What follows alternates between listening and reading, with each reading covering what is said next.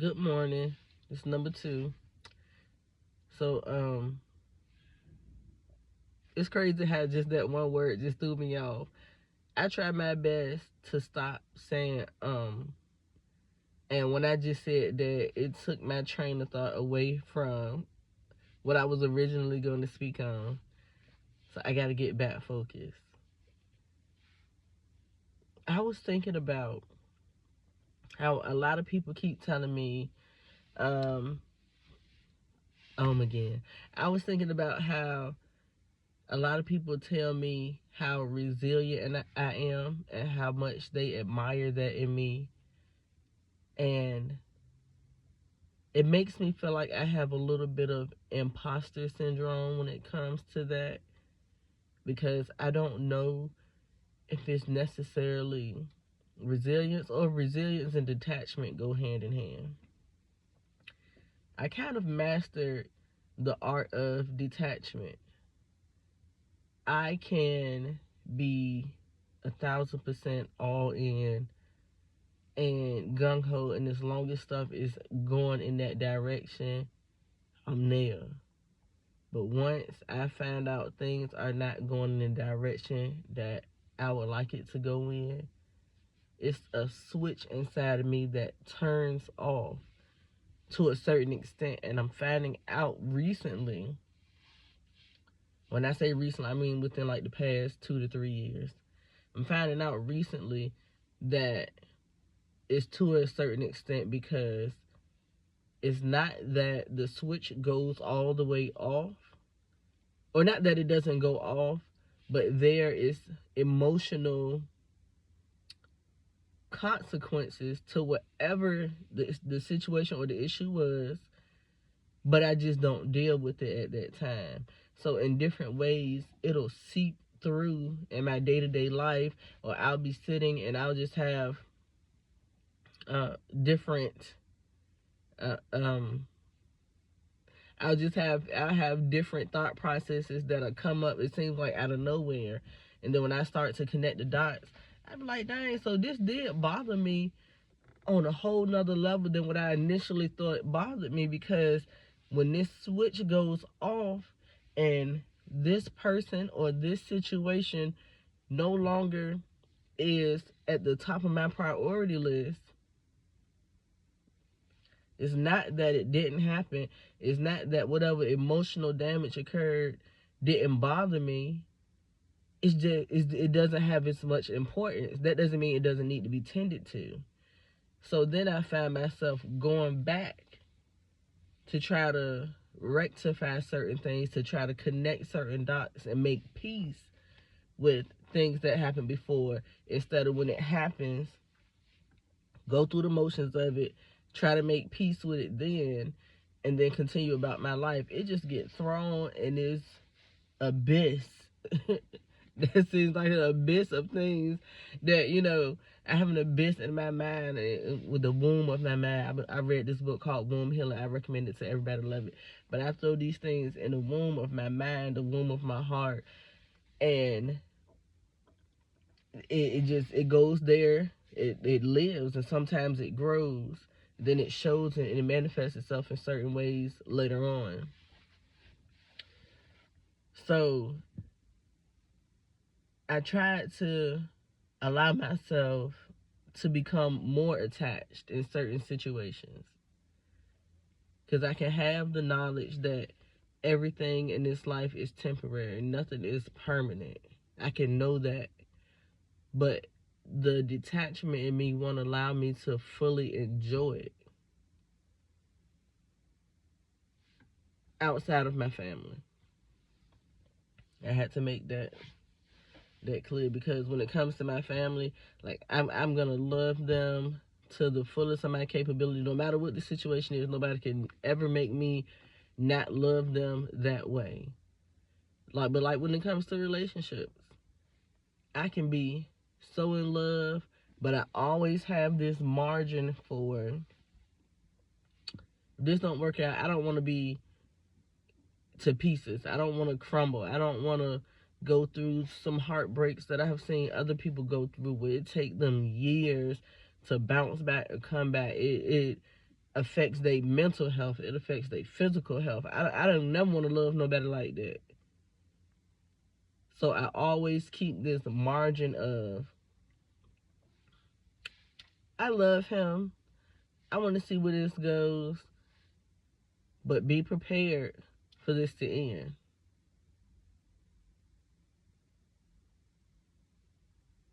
I wanna live in a space where I can just be like, you know what, I love him. If this works out, I'm prepared for it to work out. But if it doesn't work out, I'm prepared for that too. Because I'm prepared for it not to work out. And I've been trying to talk myself into I'm prepared for it to work out. Because when it does work out, and it's work that come with that. It's not peaches and cream and rainbows, but it's work to be done with that. And I want to be able to do the work. I had an ex who told me a couple of years, it wasn't a couple of years ago, it was a little over a year ago. He told me, he was like, dang, Candace,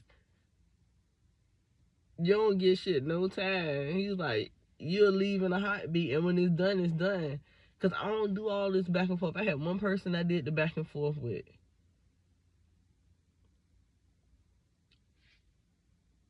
And that's it. Anybody else?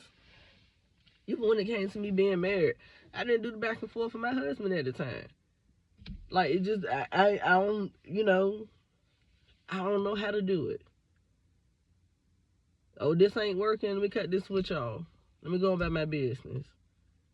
Ain't no makeups, the breakups, none of that. I just can't do it. It's not in me. But I want, not to make up the breakup. Like, I don't want no toxic relationship. But I want to be like, you know what? We done had this, tough spot. But that don't mean it got to be the end. Because usually with me, when we hit that tough spot, I'm putting my track shoes on. I got to go. That's why when they made that song, She's a Runner, She's a Track Star, I was playing that song on repeat for a long time because it really resonated with me. My son was like, Mom, can we please not play this in the car again? Like, every time we got in the car, play this song, and he was just like not having it. He was like, Mom, come on now. But he don't even realize how therapeutic that song was for me. Like, whoever made that song, I didn't know who made that song, but whoever made that song, I felt like I was seen, like somebody knew me, like somebody actually knew me, somebody actually seen me for who I was, because I really don't feel like a lot of times men see women, especially me, my personal experience, I don't feel like I be being seen. I get seen through the lenses of people's past relationships. That's my opinion. Not saying I just dated a whole bunch of horrible guys with no insight. But I've never really felt seen in a relationship. Like, I don't feel like nobody ever got to know me and be like, you know what, she is so dope. Like, I love her. For her, it's been a whole bunch of, this happened in this relationship. So, if she tied her shoes, she would cheat, and Candace tied her shoes too. That means Candace cheating tight. You know what I'm saying? Like, that type of situation. I don't know her. I don't know what situation she been through. I don't know what y'all been through. I'm not here to judge her, but don't judge me based off what you went through with her. And I try not to do that in relationships. But, to a certain credit, it's gonna happen. Like, if a nigga starts sleeping with his phone in his pocket, then yeah, that's some weird shit now. He gotta leave the house every time he gotta take a phone call. Or like that meme I been seeing lately, they were like, nigga go take a shit, be in the bathroom for an hour, texting 10 bitches, and come back out like ain't nothing happened. Like, those type situations, yeah, some shady shit going on. But you can't just be like, oh, she at work, I know she fucking with a nigga at work because your last girlfriend cheated on you with somebody at work, or your last girl had some nigga come and bring her lunch and flowers at work. Like, just, you know what I'm saying? Like, I've never been seen through just clear lenses. I've always been seen through the scars of somebody else's past. And I really just want to be seen for me. Like, I'm not one of those out here playing games with people, you know, trying to cause somebody strife or none of that shit. Like, I just want to be seen for Candace. That is it. All of this social media shit, the podcast shit. I had started making another video about the podcast, but I went off on a tangent. I was like, I'm gonna have to learn how to edit because that video all over the place. They always end up all over the place. This one a little bit all over the place, but that one started off pretty okay, but then like I ended up somewhere totally different. So I'm gonna see if I can take parts of that and add it to this where it counts at. But like I was saying, like this whole social media podcast thing, it feed us something crazy that to the point where we don't even know how to formulate a relationship on our own. Our relationships are heavily indoctrinated by social media, what somebody says, and you know what a rapper say or what a singer say. Like, we don't know them people. Get to know your partner for who they are. Find out what their needs and wants are. Find out what their character is. Fuck how they look. I know men are visual creatures, and a lot of women are becoming more visual than anything. But fuck all of that part right there. What is their character like? What is their relationships with their family like? What is the dynamic there? Find out what you're getting into. Because that representative is like, it reminds me of when guys talk about how if a girl hang around with a hoe or hoes or whatever, you're going to automatically be assumed to be a hoe. But guys will hang around with some of the most treacherous niggas and be like, that's my homeboy, I ain't like him. But you being a good nigga around this treacherous nigga, well, let me rephrase that. You can be a good man around this treacherous nigga, and he gonna pick up on some of your cues. He gonna pick up on how you talk to your lady. He gonna pick up on certain things, and he gonna take that and use that to manipulate another woman. And then when she fall for his BS, people are gonna ask her, how did you fall for it? He was good. He had some first-hand training on how to manipulate a woman into thinking he's a good man and he's a solid dude and he really wants something out of life with you. When the whole time, he's just basically getting coached. Now, it might be on purpose. It might not be. I don't know the situation, the dynamic when it comes to men. But I know that happens. We'll sit here and blame the woman for having failed relationships and ask her why isn't she in a relationship or why isn't she married and this thing and the third. Y'all know what's out there is men. How dare you open your mouth to say, well, why hasn't a good man chose you? Y'all know how men is. Y'all know what we got to choose from. Y'all know. Y'all see it firsthand. And there's a lot of y'all who condone it and be like, I mean, that's him. You know, your homeboy married, got a secret baby mama, a secret girlfriend, and probably a boyfriend too.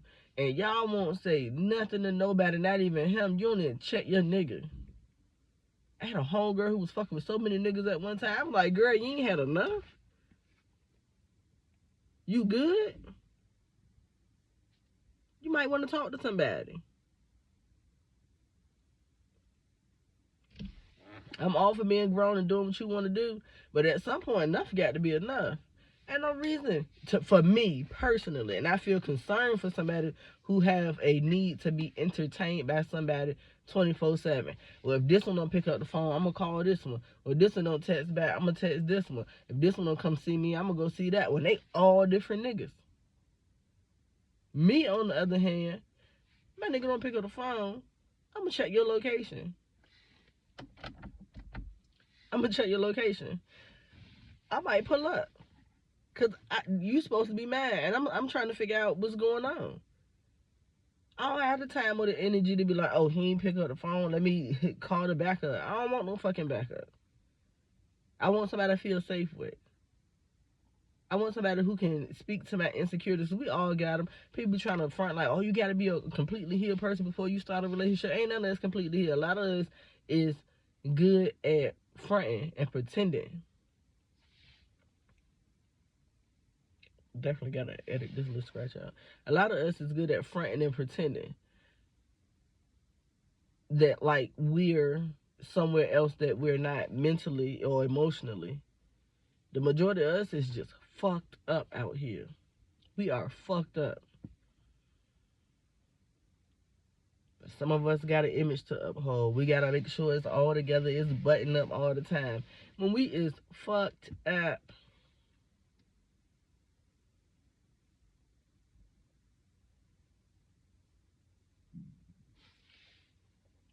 I gotta edit out these little stomach growls and these scratches. My nose itch. I've been doing some eucalyptus and pink Himalayan sea salt.